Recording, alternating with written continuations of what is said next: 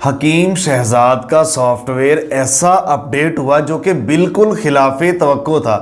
यानी एक हकीम शहजाद के बुलंदो बाला दावे कि मैं ये कर दूंगा, मैं ये कर दूंगा। देखिए, इंटरेस्टिंग शख्सियत तो वो है ही, लेकिन उसके दावे आसमानों पे वो बातें करता था। मुझे लग रहा था इसकी हरकतें और ख़ासकर इसका जो स्टाफ था, एक नया कैमरामैन रखा हुआ था। अच्छा, नए कैमरामैन के हवाले से मैं कुछ बातें करूंगा, क्योंकि वो जो नया कैमरामैन उमर लड़का था ना, वो हमारे चैनल के साथ भी काम कर चुका है, तो वो मेरा एम्प्लॉय भी था। तो उसके हवाले से भी मैं जिक्र करूंगा आपसे मुकम्मल डिटेल, क्योंकि मुझे इस केस के हवाले से और ये सारी जो कुछ हैपनिंग हुई, मुझे मुकम्मल इंफॉर्मेशन है। और मैं आपको बताता चलूं कि हकीम शहजाद का सॉफ्टवेयर जो अपडेट हुआ है, ये मैं समझ रहा था कि कोई पाकिस्तान का तगड़ा बंदा कर सकता है, आम बंदे दे वसदा रोग नहीं है।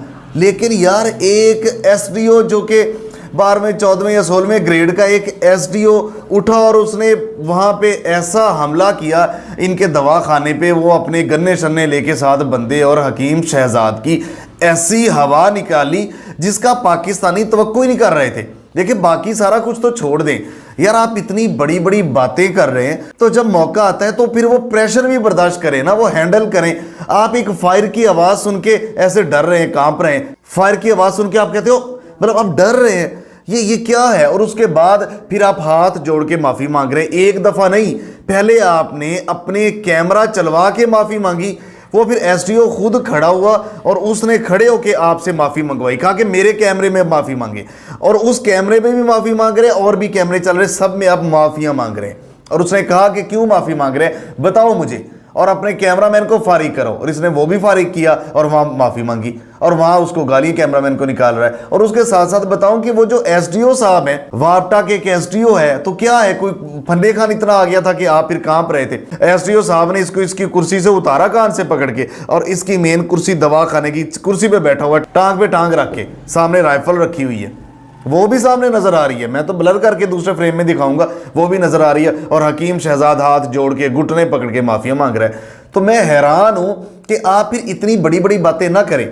इसकी वीडियोस में मैं एक मजे की बात बताऊं कि इसका एक बात करने का स्टाइल या बाकी चीजें अट्रैक्टिव हैं, लेकिन उसका ये मतलब नहीं है कि आपका अगर बात करने का फन आता है, आपके पास हिकमत है, आप सोशल मीडिया के ऊपर वायरल हो गए, तो आप चवलियां मारते जाएं, जो दिल करे आल फाल बकते जाएं, आपको कोई पूछने वाला ना हो। तो ये लग रहा था मुझे पिछले कुछ अरसे से कि कोई ना कोई हैपनिंग जरूर होगी, कोई ना कोई फड्डा होगा, इसकी हवा निकाली जाएगी, सॉफ्टवेयर अपडेट किया जाएगा, लेकिन मुझे ये नहीं पता था कि एसडीओ आके निकाल देगा।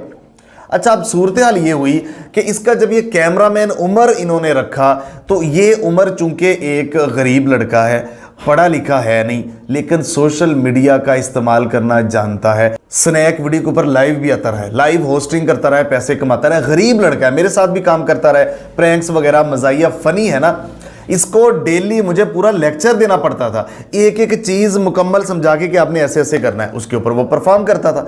लेकिन ये मुझे इस कैमरामैन के ऊपर दुख नहीं है, वो तो अपना बड़ा अच्छा काम कर रहा था। मुझे जो दुख है वो हकीम शहजाद के ऊपर है, ये सारा कसूर उसका है। इतनी ढील दी हुई थी कैमरामैन को कि हकीम शहजाद कम वो खुद ज्यादा आता था, जहां भी जाना उसने खुद लाइव आके हकीम शहजाद के मेन पेज के ऊपर, और जाली आर्टिफिशियल एनके लगाई हुई है, और वो चवली मारी जा रहा है।